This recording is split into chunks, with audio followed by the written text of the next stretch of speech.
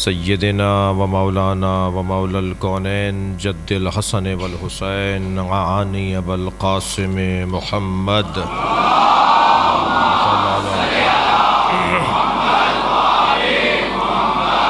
وآلہ الطیبین الطاہرین المعصومین الذین قال اللہ انما یرید اللہ لیذہب عنکم الرجس اہل البیت ویطہرکم تطہیرا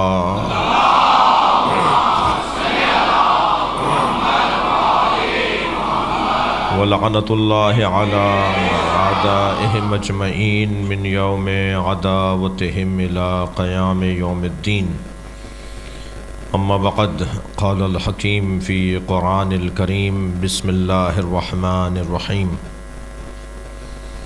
انا اعطیناک الکوثر فصل لربک وانحر ان شانئک هو الابتر صلوات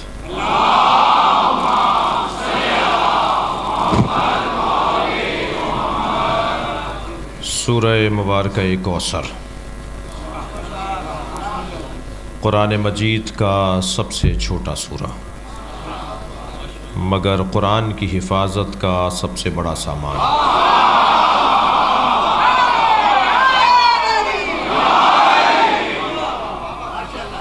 میں اور آپ جس جگہ بیٹھے ہیں اس جگہ بیٹھنے سے اینک تبدیل ہوتی ہے۔ یہاں بیٹھنے والا حقیقت دیکھتا ہے۔ یہ وہ جگہ ہے جہاں بیٹھنے والا چشم سر سے نہیں بلکہ چشم جان سے دیکھتا ہے۔ خبردار کسی کو چھوٹا دیکھ کر حقیر نہ مانیے گا اور کسی کو لمبا دیکھ کر امیر نہ مانیے گا۔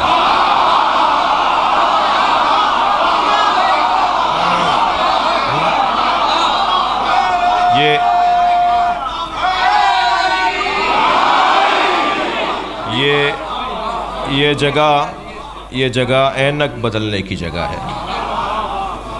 میں ایک جگہ سے گزر رہا تھا، راستے میں سانپ بیٹھا ہوا تھا۔ میرے بڑھتے ہوئے قدم رک گئے، سوچنے لگا کہ یہ موذی ہے، حملہ کرے گا۔ لوگوں نے مجھے دیکھا کہ میں سانپ سے کھڑا احتیاط کر رہا ہوں تو آپس میں باتیں کرنے لگے کہ مولانا کو دیکھو، بڑی شجاعت کی باتیں کرتے ہیں، سانپ سے ڈر رہے ہیں۔ اب میں سوچنے لگا ان کے چڑھانے میں آؤں یا عقل مندی کا ثبوت دوں۔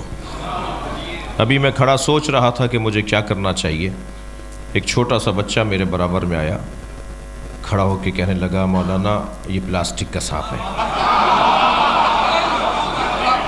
جیسے ہی مجھے معلوم ہوا یہ پلاسٹک کا سانپ ہے، میں نے اسی پر پیر رکھا، اسے کچلتا ہوا چلا گیا۔ معلوم یہ ہوا جب حقائق روشن ہو جاتے ہیں تو اقدامات بھی تبدیل ہو جاتے ہیں۔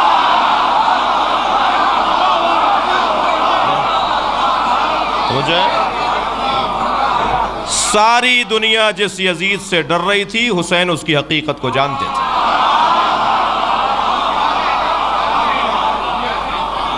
یہ جگہ میں اور آپ جہاں بیٹھے ہیں، یہ جگہ اینک بدلنے کی جگہ ہے۔ میں ان بچوں جوانوں سے کہہ رہا ہوں خبردار مہنگے کپڑوں میں اگر کسی کو دیکھیں تو کپڑوں کی بنیاد پر احترام نہ کیجیے گا۔ بڑی گاڑی سے اترنے والا امیر نہیں ہوتا، جس کا کالر ادھڑا ہوا ہو وہ فقیر نہیں ہوتا۔ خیال رکھیے گا، نہ گھر کی بنیاد پر، نہ گاڑی کی بنیاد پر، نہ کپڑوں کی بنیاد پر۔ ویسے بھی یہ دنیا واہمات کی جگہ ہے، توہمات کی جگہ ہے، دھوکے اور فریب کی جگہ ہے۔ اس کا تو کام ہی دھوکہ دینا ہے۔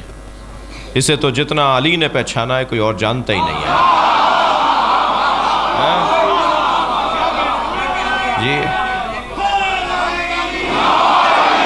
اس کا تو کام ہی قدم قدم پر بہکانا ہے۔ جی میں اور آپ محفل میں جوتیاں اتار کے آئے ہیں نا، سب جوتیاں باہر اتار کر آئے، کوئی جوتیاں پہن کے نہیں بیٹھا۔ مولا علی نے جوتیوں کا نام دنیا رکھا ہے۔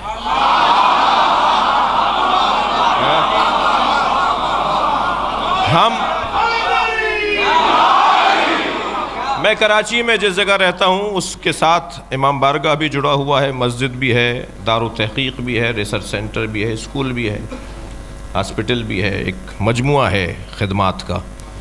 تو میں اپنے گھر سے نکل کر مسجد کے صحن سے گزر رہا تھا اپنی سواری کی طرف، تو میں نے دیکھا دو لڑکے آپس میں لڑ رہے تھے۔ تو ایک دوسرے سے کہہ رہا تھا کہ باہر نکلو گے تو میں تمہیں بتاؤں گا۔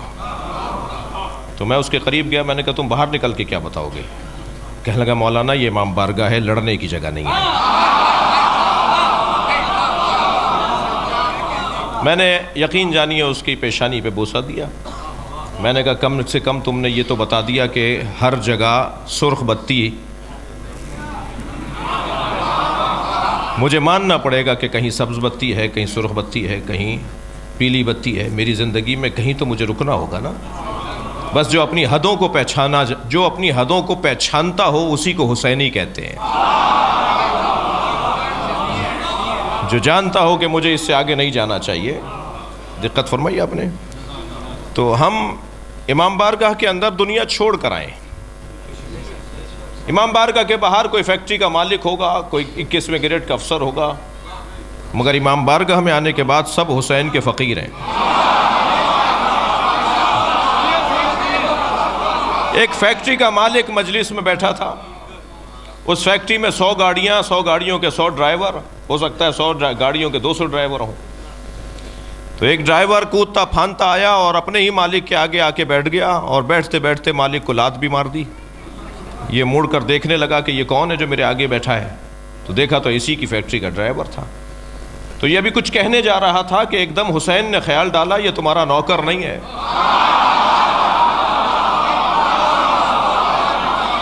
یہاں جو بھی بیٹھا ہے وہ حسین کا فقیر ہے۔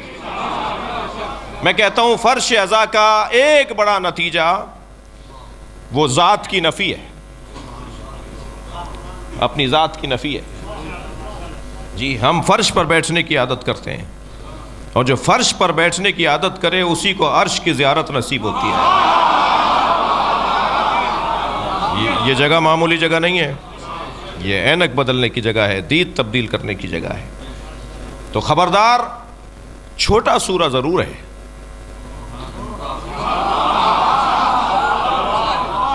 تین آیتوں پر مشتمل سورہ، انا اعطیناک الکوثر فصل لربک وانحر ان شانئک هو الابتر۔ اس سے چھوٹا سورہ نہیں ہے قرآن میں، سب سے چھوٹا سورہ، تین آیتوں پر مشتمل سورہ۔ مگر عجیب حسن ہے، اللہ نے اس سورے میں جتنے الفاظ نازل کیے ہیں وہ کیونکہ سیدہ کے نام کر دیے، اس لیے پھر قرآن میں دوبارہ وہ الفاظ نازل ہی نہیں کیے۔ ان آتینا یہ ترکیب پھر نہیں ملے گی آپ کو، کوثر کا لفظ پھر دوبارہ نہیں ملے گا قرآن میں، فصل لربک وانحر یہ ترکیب پھر قرآن میں نہیں ملے گی، ان شانئک هو الابتر یہ ترکیب پھر قرآن میں نہیں ملے گی۔ جو فاطمہ کو دے دیا وہ کسی اور کو کیسے دیا جائے؟